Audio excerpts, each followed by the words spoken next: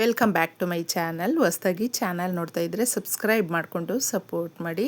ವರಾಹಿ ದೇವಿಯ ಆಶೀರ್ವಾದ ಎಲ್ಲರ ಮೇಲೂ ಇರಲಿ ಅಂತ ವಿಡಿಯೋ ಪ್ರಾರಂಭ ಮಾಡ್ತಾ ಇದ್ದೀನಿ.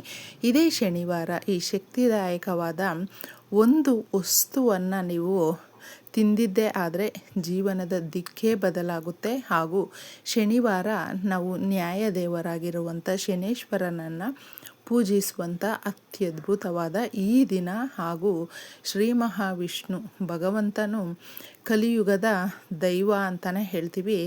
ಅರಳಿ ಮರದಲ್ಲಿ ತ್ರಿಮೂರ್ತಿಗಳು ನಿವಾಸ ಆಗಿರುವಂಥದ್ದು. ಈ ಅರಳಿ ಮರದ ಹತ್ತಿರ ಈ ಸಣ್ಣ ವಸ್ತುವನ್ನು ನೀವು ಹಾಕಿಬಿಟ್ಟೇನಾದರೂ ಬಂದರೆ ಸಾಕು, ನೋಡಿ ಜಾತಕವೇ ಬದಲಾಗುತ್ತೆ. ಸಮಸ್ಯೆಗಳು ಎಷ್ಟೇ ದೊಡ್ಡದಾಗಿದ್ದರೂ ಕೂಡ ನಿವಾರಣೆ ಆಗುತ್ತೆ. ರಿಪೀಟ್ ಆ ಸಮಸ್ಯೆಗಳು ಮತ್ತೆ ಮತ್ತೆ ನಮ್ಮನ್ನು ಕಾಡೋದಿಲ್ಲ. ಯಾಕಂದರೆ ಶನಿವಾರ ಅನ್ನುವಂಥದ್ದು ಅಷ್ಟೊಂದು ಶಕ್ತಿದಾಯಕವಾಗಿರುತ್ತೆ. ಕಲಿಯುಗದ ಭಗವಂತನು ಭಕ್ತಾದಿಗಳ ಕಣ್ಣೀರನ್ನು ಒರೆಸುವಂಥ ದೈವ ಆಗಿರೋದ್ರಿಂದ ನಮ್ಮ ಮನಸ್ಸಿನ ಇಚ್ಛೆಗಳನ್ನು ನೆರವೇರಿಸಿಕೊಡುವಂಥ ಭಗವಂತನು ಈ ದಿನ ತಪ್ಪದೆ ಇದನ್ನು ಮಾಡ್ಕೊಳ್ಳಿ. ಶನಿವಾರ ಯಾರಿಗಾದರೂ ನೀವು ನಿರ್ಗತಿಕರಿಗೆ ಏನಾದರೂ ಸಹಾಯವನ್ನು ಮಾಡಬೇಕು ಅಂತ ಬಯಸ್ತಾ ಇದ್ದರೆ ಮಾಡ್ಕೊಳ್ಳಿ ಸ್ನೇಹಿತರೆ, ತುಂಬ ಒಳ್ಳೆಯದಾಗುತ್ತೆ. ಹಾಗೂ ಮುಖ್ಯವಾಗಿ ಶನಿವಾರ ಅಂತ ತಿಳಿಸಿದೆ ಅಲ್ವಾ, ಶನಿದೇವರು ಯಾವಾಗಲೂ ನ್ಯಾಯಪರವಾಗಿ ಇರ್ತಾರೆ. ನಮಗೆ ಏನಾದರೂ ಅನ್ಯಾಯ ಆಗ್ತಾ ಇದೆ, ಅದು ಮನೆಯಲ್ಲಿ, ಕೆಲಸದ ಜಾಗದಲ್ಲಿ, ಎಲ್ಲೇ ಇರಬಹುದು, ಕೆಲವೊಬ್ಬರಿಗೆ ಅದನ್ನು ನಿಭಾಯಿಸುವಂಥ ಶಕ್ತಿ ಇರೋದಿಲ್ಲ.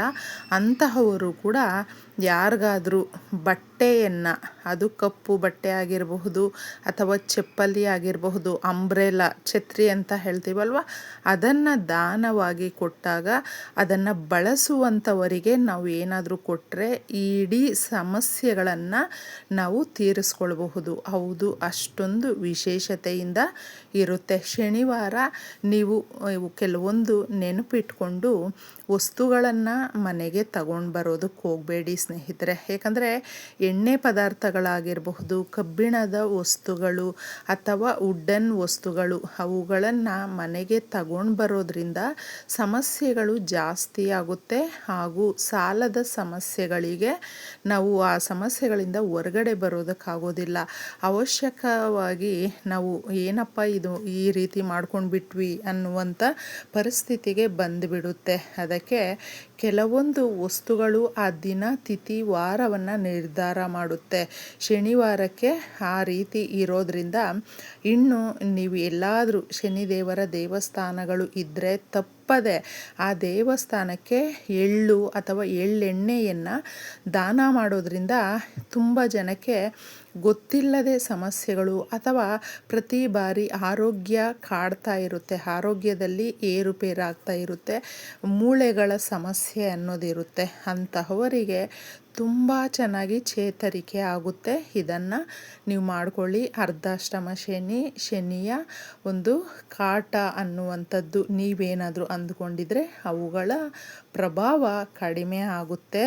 ಇನ್ನು ಬೆಲ್ಲವನ್ನು ಈ ಪರಿಹಾರಕ್ಕೆ ಮುಖ್ಯವಾಗಿ ತಗೊಳ್ಳಿ ಸ್ನೇಹಿತರೆ. ಸುಮಧುರವಾಗಿರುವಂಥದ್ದು ನಮ್ಮ ಸಮಸ್ಯೆಗಳನ್ನು, ಎಷ್ಟೋ ಜನಕ್ಕೆ ತುಂಬ ಕಷ್ಟ, ಸಮಸ್ಯೆ, ಮನೆಯಲ್ಲಿ ಬಡತನ ಇದೆ ಅಂತ ಹೇಳಿದ್ರೆ ಸಿಂಪಲ್ಲಾಗಿ ಈ ಪರಿಹಾರವನ್ನು ಮಾಡ್ಕೊಂಡು ನೋಡಿ.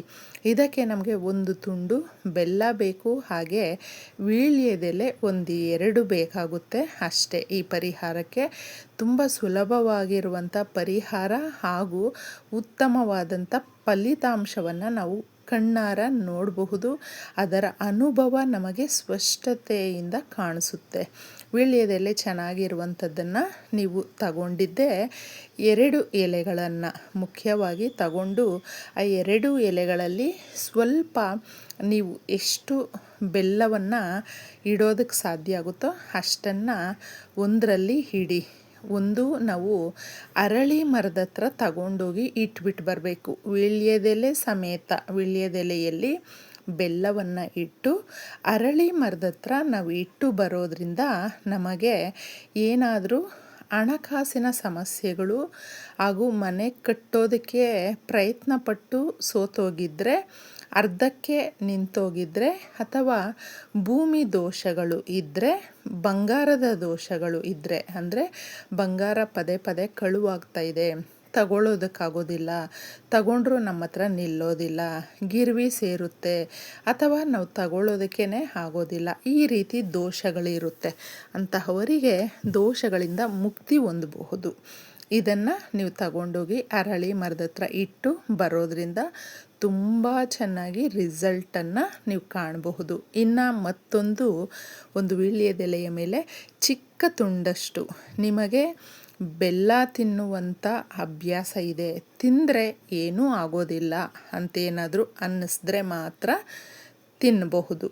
ಇದನ್ನು ಸ್ವಲ್ಪ ಜೇನುತುಪ್ಪ ಹಾಕಿ ವೀಳ್ಯದೆಲೆಯ ಮೇಲೆ ಬೆಲ್ಲದ ತುಂಡು ಇಟ್ಟು ಅದರ ಮೇಲೆ ನಾವು ಈ ಜೇನುತುಪ್ಪವನ್ನು ಸ್ವಲ್ಪ ಹಾಕಿ ಲಕ್ಷ್ಮೀದೇವಿ ಫೋಟೋ ಮುಂದೆ ಇಡಬೇಕು. ಫೋಟೋ ವಿಗ್ರಹ ಅಥವಾ ಇಲ್ಲದೇ ಇದ್ದರೂ ತೊಂದರೆ ಇಲ್ಲ, ದೇವ್ರ ಮನೆಯಲ್ಲಿ ಇಟ್ಟು ನೀವು ಕೇಳ್ಕೊಳ್ಳಿ. ನಿಮ್ಮ ಮನೆಯಲ್ಲಿ ಇರುವಂಥ ಯಾವುದೇ ಥರದ ಸಮಸ್ಯೆಗಳಾಗಿರಬಹುದು ಅವುಗಳನ್ನು ಹೇಳ್ಕೊಳ್ತಾ ಇದನ್ನು ನೀವು ತಿನ್ನಿ.